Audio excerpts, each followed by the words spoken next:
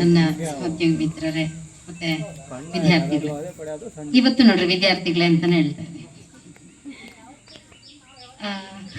ಹೌದು, ನಿಮಗೆ ಯಾವ ರೀತಿ ಎಲ್ಲ ಸೇರ್ಬೇಕು, ಎಲ್ಲ ಖುಷಿಯಾಗಿರ್ಬೇಕು ಅಂತ ಅನ್ಸುತ್ತೋ ನಮಗೂ ಹಾಗೆ ಅನ್ಸುತ್ತೆ.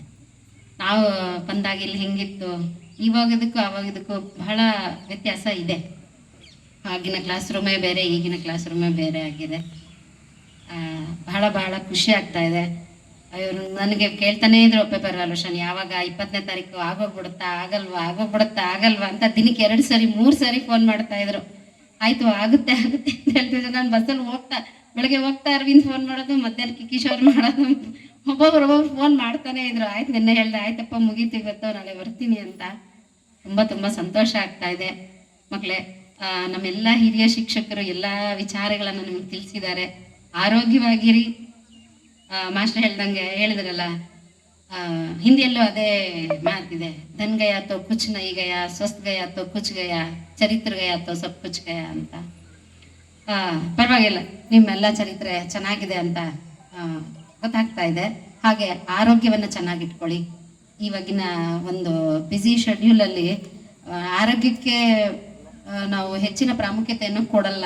ಊಟ ತಿಂಡಿ ಇರ್ಬೋದು, ಎಲ್ಲ ಬಿಸಿಯಲ್ಲೇ ಓಡ್ತಾ ಇರ್ತೀರಿ. ಅದರೆಲ್ಲರೂ ಮತ್ತೆ ನಿಮ್ಮ ಕುಟುಂಬಕ್ಕೆ, ನಿಮ್ಮ ಅಪ್ಪ ಅಮ್ಮಂಗೆ, ನಿಮ್ಮ ಮಕ್ಕಳನ್ನ ನೀವು ಯಾವ ರೀತಿ ಇವಾಗ ಸಮಾಜದಲ್ಲಿ ಒಳ್ಳೆ ವ್ಯಕ್ತಿಗಳಾಗಿ ಕಾಣಿಸ್ತಾ ಇದ್ದೀರಾ, ನಾಳೆ ನಿಮ್ಮ ಮಕ್ಕಳನ್ನು ಉತ್ತಮ ವ್ಯಕ್ತಿಗಳನ್ನಾಗಿ ತಿದ್ದುವಂತಹ, ಅವರನ್ನ ಒಳ್ಳೆ ವ್ಯಕ್ತಿಗಳನ್ನಾಗಿ ರೂಪಿಸುವಂತಹ ಒಂದು ಜವಾಬ್ದಾರಿ ನಿಮ್ಮದಿದೆ.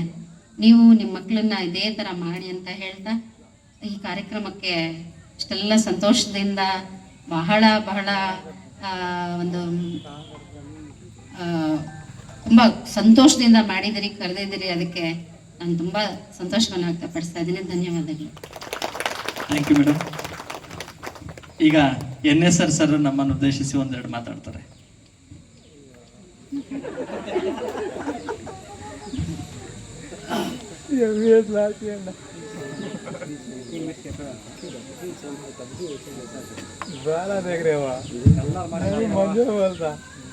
ವೇದಿಕೆಯ ಮೇಲೆ ಆಸೀನರಾಗಿರುವಂತಹ ಎಲ್ಲ ಹಿರಿಯ ಸಹೋದ್ಯೋಗಿಗಳೇ ಹಾಗೂ ಎಲ್ಲ ಇತರೆ ಸಹೋದ್ಯೋಗಿ ಮಿತ್ರರೇ ಹಾಗೂ ನನ್ನ ಆತ್ಮೀಯ ವಿದ್ಯಾರ್ಥಿನಿಯರೇ, 2003-04 ನೀವು 10th ಅಲ್ವಾ?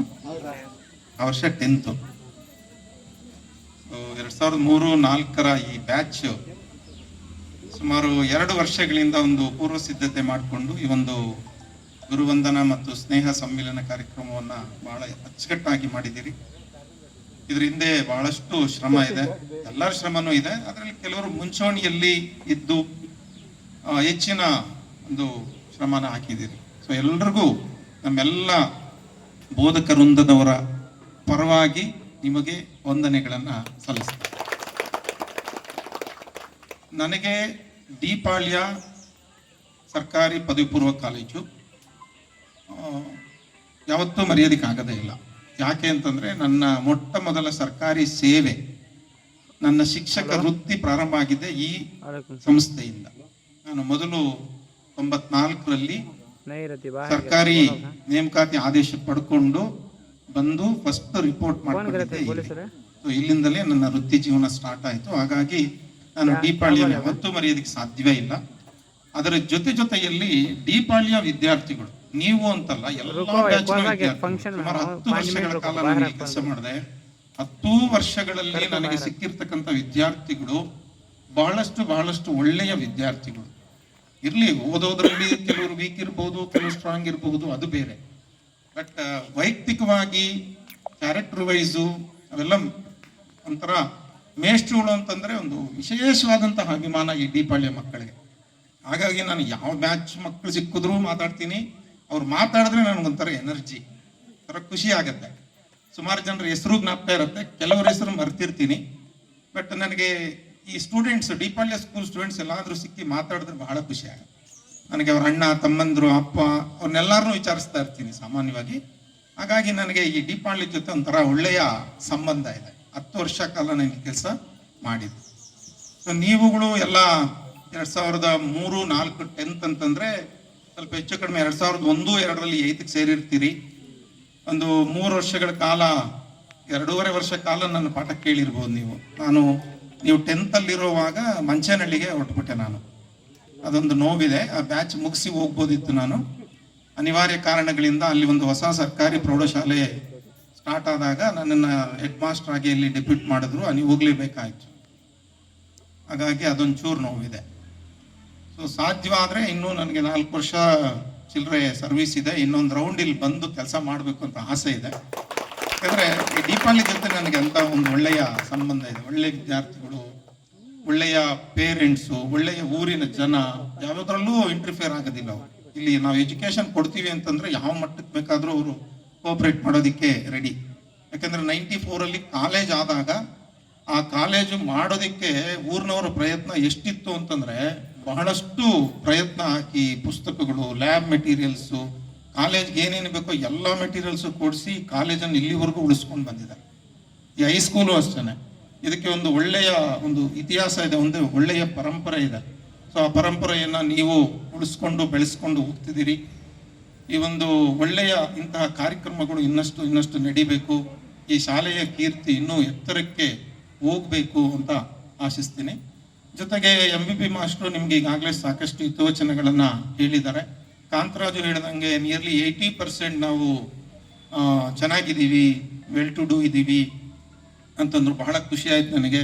ಇನ್ನು ರಿಮೈನಿಂಗ್ 20% ಇದಾರಲ್ಲ, ಅವರನ್ನೂ ಸಹ ಅವಕಾಶ ಸಿಕ್ಕಿದಾಗ ಅವ್ರ ಮಕ್ಕಳಿಗೆ ಉದ್ಯೋಗ ಕೊಡಿಸೋದು, ಇಲ್ಲ ಅವರ ಮಕ್ಕಳಿಗೆ ಶಿಕ್ಷಣ ಕೊಡಿಸೋದು, ಇಲ್ಲ ಅವ್ರ ಮಕ್ಕಳಿಗೆ ಇನ್ನೇನಾದರೂ ರೀತಿಯಲ್ಲಿ ಹೆಲ್ಪ್ ಮಾಡೋದ್ರ ಮೂಲಕ ಅವರನ್ನೂ ಸಹ ನಿಮ್ಮ ಜೊತೆಯಲ್ಲಿ ಎಳ್ಕೊಳ್ರಿ. ಆ ಒಂದು ಒಳ್ಳೆಯ ಒಂದು ಸಂಪ್ರದಾಯವನ್ನು ನೀವು ಬೆಳೆಸ್ಕೊಂಡು ಹೋಗ್ರಿ. ಎಲ್ಲರೂ ಚೆನ್ನಾಗಿದ್ರೆ ಖುಷಿ ಆಗತ್ತೆ. ಸುಮಾರು ಜನ ವೆಲ್ ಸೆಟಲ್ಡು ಅಂದಾಗ ನನಗೆ ಬಹಳ ಖುಷಿ ಆಯಿತು.